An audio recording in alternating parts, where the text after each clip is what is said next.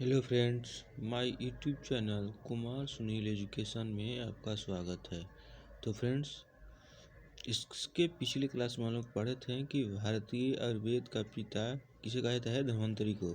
और धन्वंतरी चंद्रगुप्त द्वितीय के दरबार में रहने वाला एक चिकित्सक था। किसके दरबार में? चंद्रगुप्त द्वितीय के दरबार में रहने वाला एक क्या था?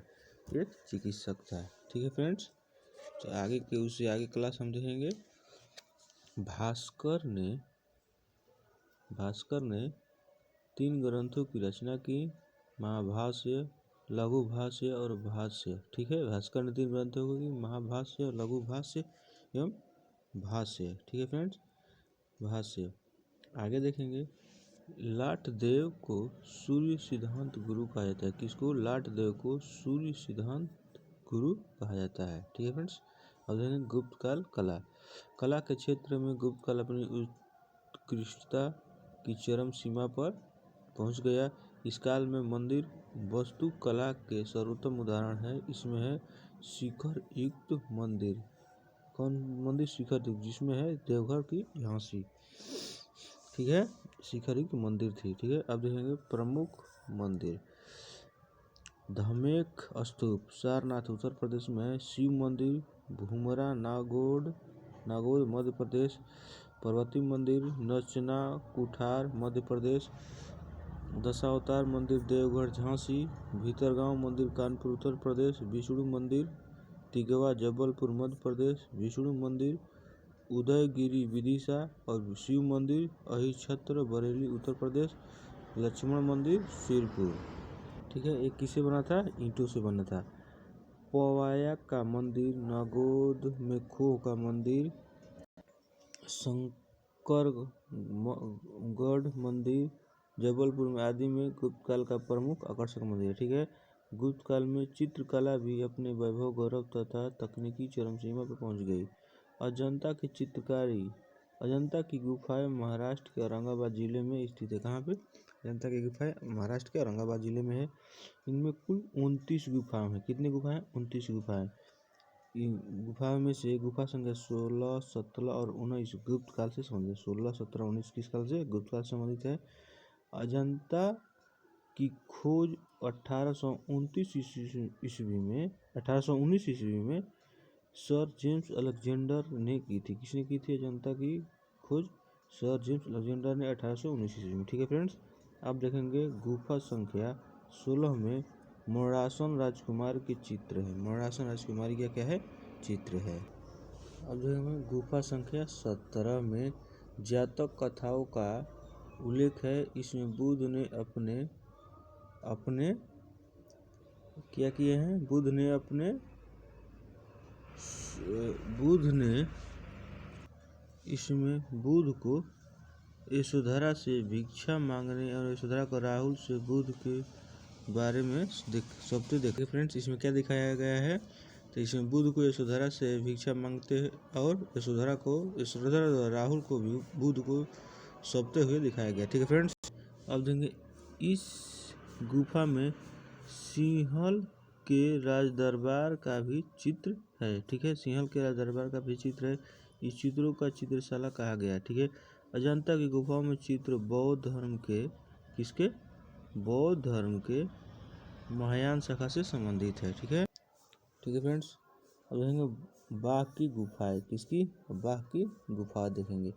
मध्य प्रदेश के बार जिले में मध्य प्रदेश के धार जिले में विंध्य पर्वत को काटकर बाघ गुफा का निर्माण किया गया है। ठीक है फ्रेंड्स, बाघ की गुफाएं धर्मनिरपेक्ष और लौकिक है। क्या है? बाघ गुफाएं धर्मनिरपेक्ष और लौकिक है। ठीक है फ्रेंड्स, अब यहाँ गुप्तकालीन साहित्य। गुप्त काल संस्कृत साहित्य का स्वर्ण युग कहा जाता है। ठीक है, कालिदास चंद्रगुप्त द्वितीय के दरबार में थे। संस्कृत भाषा के सबसे प्रसिद्ध कवि हुए। ठीक है, जो उन्हें भारत का शेक्सपियर कहा जाता है। क्या कहता है? भारत का शेक्सपियर भी कहा जाता है। ठीक है फ्रेंड्स, अब याज्ञवल्क्य स्मृति, कात्यायन स्मृति, बृहस्पति स्मृति, पराशर स्मृति की रचना गुप्त काल में हुई है। ठीक है फ्रेंड्स, अब देखेंगे वीरसेन उदयगिरी गुहा लेख का रचनाकार थे। मंदसौर प्रशस्ति की रचना वत्स भट्टी ने की थी। किसने की थी? वत्स भट्टी ने की थी। ठीक है फ्रेंड्स, अब देखेंगे प्रमुख लेखक एवं उनके रचनाकार। ठीक है फ्रेंड्स, कालिदास, अभिज्ञान शाकुंतलम कालिदास किए थे। ऋतु संहार कालिदास, मलविकाग्निमित्रम कालिदास, कुमार संभवम के कालिदास, मेघदूत कालिदास, रघुवंशम कालिदास, विक्रमोवंशीय कालिदास। ठीक है फ्रेंड्स, आगे देखेंगे भास, स्वप्नावसदम के भास, कर्णभारम के भास और चारुदत्तम के विभास हैं। ठीक है, विष्णु शर्मा पंचतंत्रम, वाणभट्ट हर्षचरित, विशाख दस मुद्रा राक्षस और देवी चंद्रम गुप्तम। ठीक है फ्रेंड्स, शूद्रक मृष्कटिकम, भौमक, रावणा जुर्नियम, राजशेखर काव्य मीमांसा और अमर सिंह अमरकोश। फ्रेंड, ये सब किताबें जो भी पुस्तकें हैं बहुत महत्वपूर्ण है, तो आप लोग फिर से इसको रिवाइजिंग कर लीजिएगा फ्रेंड्स इसी तरफ। ठीक है फ्रेंड्स, तो इसी तरह रिवाइजिंग करते रहिएगा, बहुत ये सब महत्वपूर्ण किताब। ठीक है फ्रेंड्स, गुप्तोत्तर काल। कौन सा? गुप्तोत्तर काल। गुप्तोत्तर, ये 6ठी शताब्दी के मध्य में गुप्त साम्राज्य पूर्णतः विभक्त हो गया और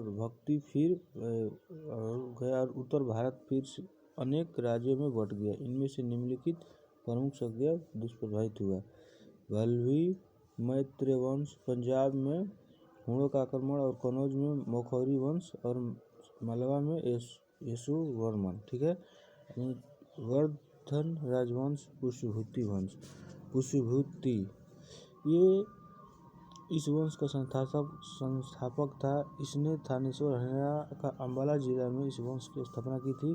प्रभाक वर्धन, यह वर्धन वंश का काफी शक्तिशाली प्रतिष्ठा का संस्थापक था। ठीक है, प्रभाकर वर्धन की पत्नी यशोमती से पुत्र राजवर्धन एवं हर्षवर्धन तथा एक कन्या राजश्री उत्पन्न हुई। कौन सी? एक कन्या राजश्री उत्पन्न हुई। ठीक है फ्रेंड्स, अब देखेंगे राजश्री का विवाह कनौज के मौखरी नरेश ग्रहवर्मन से हुआ। ठीक है, राजवर्धन, अपने पिता की मृत्यु के बाद राजवर्धन गद्दी पर बैठा। इसी समय मालवा नरेश देवगुप्त ने ग्रहवर्मन की हत्या कर राजश्री को कैद कर लिया। किसकी? ग्रहवर्मन की हत्या कर राजश्री को कैद कर लिया। ठीक है फ्रेंड्स, देखो फ्रेंड्स, हर्षवर्धन 666 से 647 ईस्वी। ठीक है, हर्षवर्धन वर्धन वंश का शक्तिशाली व यशस्वी सम्राट था। मात्र 16 वर्ष की आयु में वह विकट परिस्थितियों में गद्दी पर बैठा। वो अपने को राजपुत्र कहता था तथा स्वयं अपना नाम शिलादित्य रखा था। क्या रखा था? शिलादित्य अपना नाम रखा था। ठीक है फ्रेंड्स, हर्ष ने अपने आचार्य दिवाकर मित्र की सहायता से राजश्री की खोज निकाला। ठीक है, हर्ष ने कनौज की राजधानी बनाया जहां उसने चारों ओर अपना प्रभुत्व फैलाया। ठीक है, हर्ष को पूर्वी भारत में गौड़ देश एवं शय राजा शशांक ने मुकाबला करना पड़ा और 619 ईस्वी पूर्व में शशांक की मृत्यु हुई, तब यह शत्रुता समाप्त हुई। ठीक है फ्रेंड्स, अब देखेंगे दक्षिण भारत की ओर हर्ष एक अभियान को नर्मदा के किनारे चालुक्य वंश राजा पुलकेशिन द्वितीय रोका और हर्ष को पराजित किया। ठीक है, ये हर्ष उसको पराजित पुलकेशिन द्वितीय को रोका और हर्ष को पराजित किया। ठीक है, हर्ष के समकालीन शासक भास्कर वर्मा, यह कामरूप का शासक था। भास्कर वर्मा वर्मन वंश का संस्थापक है। ठीक है, पुलकेशिन द्वितीय चालुक्य वंश का शासक था। उसकी राजधानी कर्नाटक के आधुनिक बीजापुर जिले के बदामी में थी। ठीक है, गौड़ नरेश शशांक, इसकी राजधानी इस कर्ण सुवर्ण थी और यह कट्टर से शासक था जिसने बोधि वृक्ष कटवा दिया था। ठीक है फ्रेंड्स, ध्रुवसेन द्वितीय, यह भल्भी गुजरात का शासक था इसे हर्ष ने पराजित किया और बौद्ध हर्ष ने अपनी पुत्री की शादी इससे कर दी थी। ठीक है फ्रेंड्स, अब देखेंगे हेनसांग 619 से 645 ईस्वी पूर्व। चीनी यात्री हेनसांग हर्ष के शासनकाल में भारत आया। वह नालंदा महाविहार बौद्ध विश्वविद्यालय में पढ़ने के लिए तथा बौद्ध ग्रंथ एकत्रित करने के उद्देश्य से आया था। ठीक है, हेनसांग कब आया था? 629 से 635 तक भारत में आया। ठीक है फ्रेंड्स, अब देखेंगे हेनसांग शूद्रों को कृषक कहा था। हेनसांग ने शूद्रों को कृषक कहा था। हेनसांग को यात्रियों का राजकुमार और नीति का पंडित भी कहा जाता है। वर्तमान में शाक्य मुनि भी कहा जाता है। ठीक है फ्रेंड्स, अब देखेंगे हर्ष ने बौद्ध धर्म महायान शाखा को अपना संरक्षण प्रदान किया। अब देखें कर। हर्ष काल में 3 प्रकार के करों की जानकारी प्राप्त हुई। इसमें हिरण्य नगद कर, भाग कृषि उपज का 1/10वां भाग, बलि इसके बारे में पर्याप्त जानकारी प्राप्त नहीं है। ठीक है, अब देखेंगे साहित्य। हर्ष के दरबार में अनेक विद्वानों का निवास स्थान था, जिसमें था वर्णभट्ट, मयूर और मतगंग दीवार। ठीक है, वर्णभट्ट हर्ष का दरबारी कवि था, जिसने हर्षचरित कादंबरी की रचना की थी। ठीक है फ्रेंड्स, अब देखेंगे मयूर ने सूर्य शतक की रचना की थी। अब देखेंगे फ्रेंड्स, हर्ष ने स्वयं को 3 नाटक कौन सा प्रियदर्शिका, रत्नावली और नागानंदा की रचना क्या की थी? ठीक है फ्रेंड्स, अब आगे देखेंगे फ्रेंड्स। इसमें अब देखेंगे फ्रेंड्स, प्रयाग की महोमुष परिषद।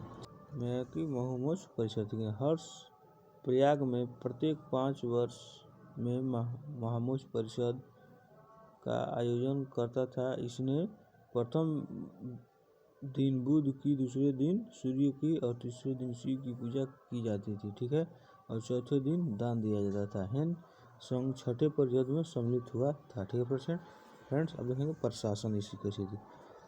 हर्ष को भारत का अंतिम हिंदू सम्राट कहा गया है, लेकिन ना तो वह कट्टर था और ना ही पूरे देश का शासक था। उसका राज्य कश्मीर छोड़कर अन्य उत्तर भारत तक सीमित था। ठीक है, अब देखेंगे महत्वपूर्ण शब्दावलियाँ। महाराज या महासामंत ये हर्ष के अधीनस्थ शासक थे। सचिव या अमात्य ये मंत्री परिषद के मंत्री थे, और भुक्ति ये प्रांत के थे। ठीक है फ्रेंड्स, अब देखेंगे उपरिक या राष्ट्रीय ये क्या था? भुक्ति का शासक था। ग्रामाछपटलिक यह ग्राम शासक का प्रधान था। चाट या भाट यह पुलिसकर्मी था। दंडपाशिक या दंडिक यह पुलिस विभाग का अधिकारी था। बृहदेश्वर या सेना का अधिकारी था, और बलाधिकृत पैदल सेना का अधिकारी था। ठीक है फ्रेंड्स, अब देखेंगे नालंदा महाविहार। हर्ष के समय नालंदा महाविहार, जिसकी स्थापना गुप्त शासक कुमारगुप्त प्रथम ने करवाई, महायान बौद्ध की शिक्षा का प्रमुख केंद्र था। हर्ष के समय यहाँ के कुलपति आचार्य शीलभद्र थे। कौन थे? आचार्य शीलभद्र थे। ठीक है फ्रेंड्स, अब देखेंगे हर्ष के द्वारा अनुसार कुछ महत्वपूर्ण अधिकारी। ठीक है फ्रेंड्स, सिंहनाद मुख्य सेनापति, अवंती शांति एवं युद्ध का मंत्री, स्कंदगुप्त हाथी यानी गज सेना का मुख्य अधिकारी, कुंतल अश्व सेना का प्रधान अधिकारी। ठीक है फ्रेंड्स, अब देखेंगे दक्षिण भारत का इतिहास। किसका? दक्षिण भारत का इतिहास।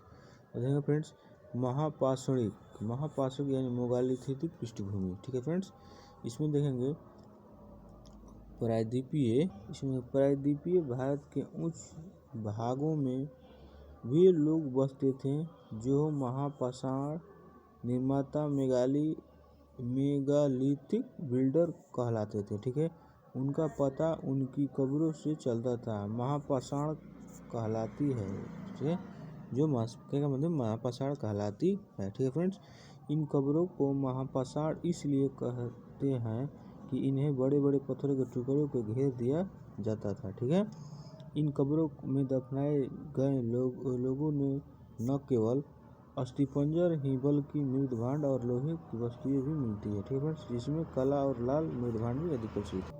अब देखेंगे फ्रेंड्स पल्लव वंश। कौन? पल्लव वंश। इक्ष्वाकुओं को अपदस्थ कर उनकी जगह पर पल्लव आए। पल्लव का अर्थ है लता। यह शब्द टोडाई का रूपांतरण है, जो लता ही वाचक है। संभवतः पल्लव स्थानीय जनजाति थे, जिसने टोडाई नाडु अर्थात लताओं के देश में अपनी सत्ता स्थापित की। पल्लव ने अपनी राजधानी कांची आधुनिक कांचीपुरम में बनाई। ठीक है फ्रेंड्स, अब देखेंगे प्रमुख पल्लव शासक। वप्पदेव, यह पल्लव वंश का संस्थापक था। सिंहनुड़, इसे पहला महत्वपूर्ण पल्लव राजा माना जाता है। सिंहनुड़ इसे पहला पल्लव राजा माना जाता है। ठीक है फ्रेंड्स, अब यहाँ पुरातात्विक स्रोतों से पता चलता है कि वे वैष्णव थे। क्या थे? वैष्णव थे। किरातार्जुनीयम तथा 10 कुमार चरित्रम के लेखक भारी सहिष्णुता के दरबार में रहते थे। ठीक है, अब देखेंगे महेंद्र वर्मन फर्स्ट। पल्लव वंश का उत्कृष्ट महेंद्र वर्मन प्रथम के शासनारोहण के साथ साथ शुरू हुआ। इस शासनकाल में पल्लव तथा चालुक्यों के बीच लंबी संघर्ष हुआ। पुलकेशिन द्वितीय ने इसे पराजित किया। ठीक है फ्रेंड्स, अब देखेंगे महेंद्र वर्मन फर्स्ट। मत विलास प्रशंसन की रचना की थी किसने? महेंद्र वर्मन फर्स्ट। ठीक है फ्रेंड्स, वास्तुकला के क्षेत्र में उसने मंडप शैली या महेंद्र शैलियों का प्रारंभ किया था। ठीक है फ्रेंड्स, प्रारंभ में वह जैन मतानुयायी था, किंतु नयनार संत अपार से प्रभावित होकर उसने शैव धर्म को अपनाया। नरसिंह वर्मन फर्स्ट, यह महान पल्लव शासक था जिसने पुलकेशिन द्वितीय की हत्या कर बदामी पर अधिकार कर लिया तथा अतः उसने वातापी कोंडा का उपाधि धारण किया, यानी वातापी को जीतने वाला वातापी कोंडा का था। ठीक है, उसने क्या किया था? उसने मामल्लपुरम नामक नगर बसाया। हेनसांग ने इसी शासनकाल में कांची में की यात्रा की थी। ठीक है, नरसिंह वर्मन सेकेंड। कौन? नरसिंह वर्मन। ठीक है फ्रेंड्स, इसका शासनकाल शांति समृद्धि तथा मंदिरों के निर्माण का काल था। ठीक है फ्रेंड्स, दंडिन नामक विद्वान इनकी दरबार में रहता था। इसने कांची के कैलाश मंदिर का निर्माण भी करवाया था। अब नरसिंह सेकेंड यह वैष्णव धर्मनायक था। इसने राष्ट्रकूट शासक गंगीदुर की पुत्री की रेवा से शादी की थी। ठीक है, अब देखेंगे अपराजित। यह पल्लव का अंतिम महत्वपूर्ण शासक था। चोल शासक आदित्य चोल ने अपने अपराजित पल्लव पर आक्रमण कर पल्लव राज्य पर अधिकार कर लिया था। ठीक है फ्रेंड्स, अब देखेंगे फ्रेंड कला एवं वास्तुकला के क्षेत्र में पल्लव का योगदान। देखिए फ्रेंड, द्रविड़ शैली। पल्लव के नेतृत्व में वास्तुकला की द्रविड़ शैली विकास की 4 चरण में हुआ। महेंद्र शैली या मंडप शैली, इसके उदाहरण है शिलाकृत मंडोकोदा मंदिर एवं उडावली अनंतेश्वर मंदिर। ठीक है, नरसिंह शैली मामल्लम या महामल्ल शैली, इसमें रथ या एक शिलाखंडीय मंदिर भी है जो मामल्लपुरम में पाए जाते हैं। ये सप्त पेंगोड़ों के नाम से भी जाने जाते हैं, किंतु वास्तव में 8 धर्मराज अर्जुन, भीम, सहदेव, द्रौपदी, गणेश, पिदारी एवं वलयान की कुटिया है। ठीक है, और राजसिंह शैली, इस शैली का प्रयोग नरसिंह वर्मन सेकेंड ने करवाया था, जिसके उदाहरण है महाबलीपुरम का तट ईश्वर तथा मुकुंद मंदिर, कांची के कैलाशनाथ मंदिर तथा मंदिर एवं ऐरावतेश्वर मंदिर। ठीक है, अब नंदी वर्मन शैली देखेंगे। ठीक है फ्रेंड्स, इसमें नंदी वर्मन सेकेंड ने कांची के मुक्तेश्वर मंदिर, वैकुंठ पेरुमल मंदिर तथा मांगतेश्वर मंदिर औरंगडम था। चिंगलूट के निकट में क्या था? चिंगलूट के निकट में माडमालेश्वर मंदिर एवं गुड्डीडमल रेणुकुंडा के निकट था और परशुरामेश्वर मंदिर का निर्माण करवाया था। ठीक है फ्रेंड्स, अब देखेंगे संगम साहित्य। अब इसके आगे क्या देखेंगे फ्रेंड्स? संगम साहित्य।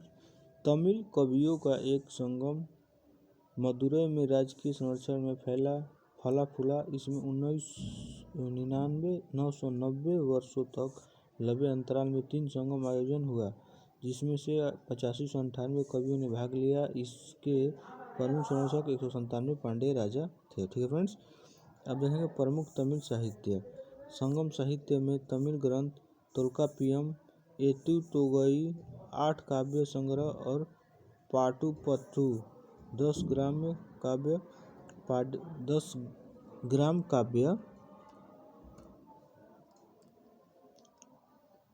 काव्य पदिनेन कीलकनक 8 लघु काव्य और 3 महाकाव्य आते थे। ठीक है, तोल्काप्पियम की रचना तोल्काप्पियर ने की थी। यह तमिल व्याकरण है। इसे क्या कहा जाता है? तमिल व्याकरण कहा जाता है। महाकाव्य देखेंगे, महाकाव्य। शिल्पाधिकारम रत्न जड़ित नुपुर, इसका लेखक इलंगो चोल शासक करिकाल का पौत्र था। कौन था ये?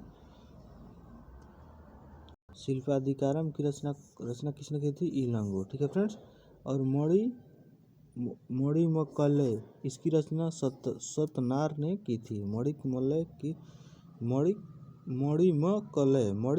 की रचना सतनार ने की थी। ठीक है फ्रेंड्स। अब देखेंगे शिवगसिंदा मणि, इसके तिरुकतदेवर ने की थी। किसका? सीता सीधम मणि के। ठीक है फ्रेंड्स। इसका सीता सीध मणि के। ठीक है फ्रेंड्स। किसका? शिवगसिंदा मणि के किया था। ठीक है। कौन? तिरुकतदेवर। ठीक है फ्रेंड्स। अब देखेंगे संगम। प्रथम संगम मथुरा और उसमें अध्यक्ष था अगस्त्य ऋषि। प्रथम संगम मथुरा में, इसमें अगस्त्य ऋषि था। द्वितीय संगम कपाटपुरम या अल्लवे। ठीक है। अल्लवे यानी कौन अध्यक्ष था? अगस्त्य ऋषि और तोल्काप्पियर। तृतीय संगम उत्तरी मथुरा, इसका अध्यक्ष था नक्कीकर महाकवि। कौन था? नक्कीकर महाकवि। और इसका प्रमुख शासकीय ग्रंथ कौन था? पहला का परिडा मदुरै। ठीक है फ्रेंड्स। कौन था? परिपाडल मदुनौर अस्कतियम कलियाविरय आनंद काव्य ग्रंथों का प्रकाशन हुआ। पहला में। और दूसरा में अगत्य कलि और व्यालमालय तथा कुरुक। ठीक है। तीसरा में कौन था? नूत्रमवत्य वरी और परिडाल और नैन। कौन था? नैन। ठीक है फ्रेंड्स। तो आप लोग इस वीडियो को पॉज कर दोबारा इसी तरफ देखिएगा ताकि फिर से याद हो जाए। ठीक है फ्रेंड्स। तो आप लोग इसको दोबारा देखते रहिएगा फ्रेंड्स, ताकि दोबारा से आपको ये अच्छी तरह से याद हो जाए। तो ठीक है फ्रेंड्स, आज की क्लास यहीं पर हम समाप्त करते हैं। Thanks friends.